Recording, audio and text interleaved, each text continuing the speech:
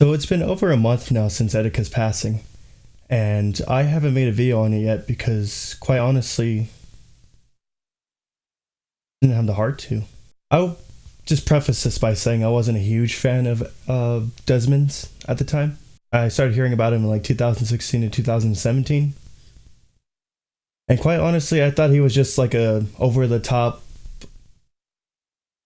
like fake reactions kind of guy, you know?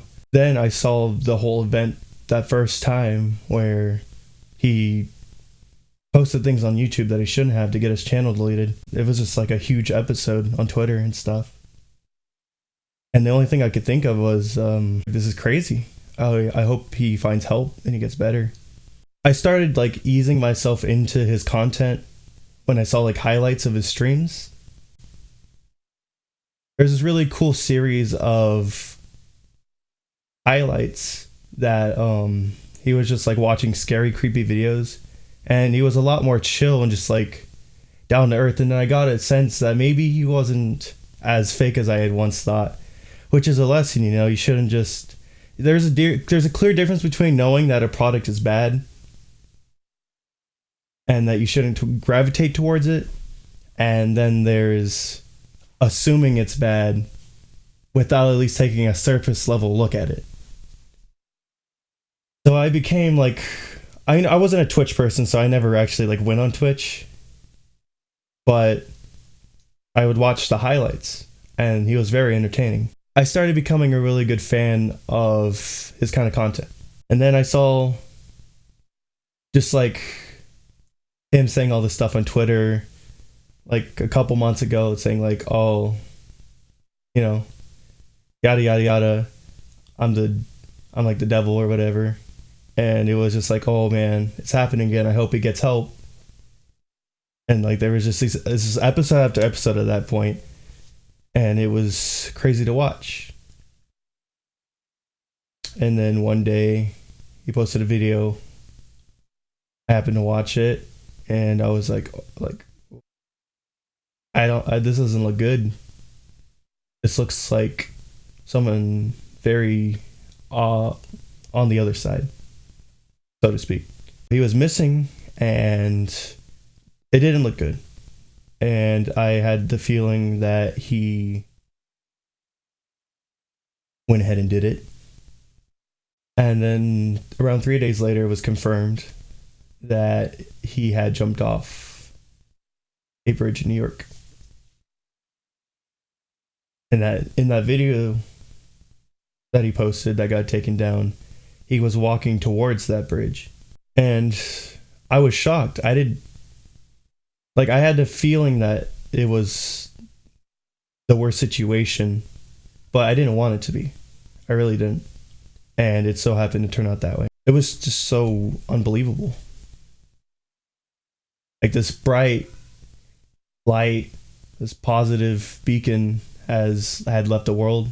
And it touched me personally because in the video that he had made before his passing, he already made up his mind. No one was going to convince him otherwise. I suppose I've never been there, but I am quite suicidal. Think about it often. And I've never been at that point, but I have plotted out what I want to say to specific people in like a video format. And I have a pretty good idea of who I want to say goodbye to and what I want to say to each person. So it just touched me on a personal level. I'm glad I waited a while to make this video because there was like a wave of people that were just like, oh, this is why we should talk about mental health. It's a big issue. It's like, that doesn't, maybe that helps like some people, and that's fine. That's great. But they don't want to get the help. That's the problem. We need to like take the step to find them the help. Because that wouldn't help me. It doesn't help me. Like, oh, I'm gonna go talk to someone on this hotline. I think a better way to learn from this situation is that have less toxic fan base. That was a problem too. Is his fan base kind of turned on him at the end, or before the end, I should say. And then they switch sides when he's gone already. And just reach out to your friend. I'm not gonna put any blame on his friends because they definitely reached out to him, but you got to be persistent. Like, no, man, I know something's wrong. There were some devastating tweets that I read from his friends. It was heartbreaking. And it's sad to think that he'll never make any more content because honestly, it was very enjoyable. And for the most part, it was pretty positive and fun, entertaining. We also saw how toxic the K-pop community could be after the stuff they said, which is unbelievable. We saw how horrible some YouTubers can be when given a situation like this. So I want to honor Desmond's memory. And how am I going to do that? That I'm going to be 100%. I'm going to be real. A girlfriend said that I try too hard in videos, and he was the realest person making content.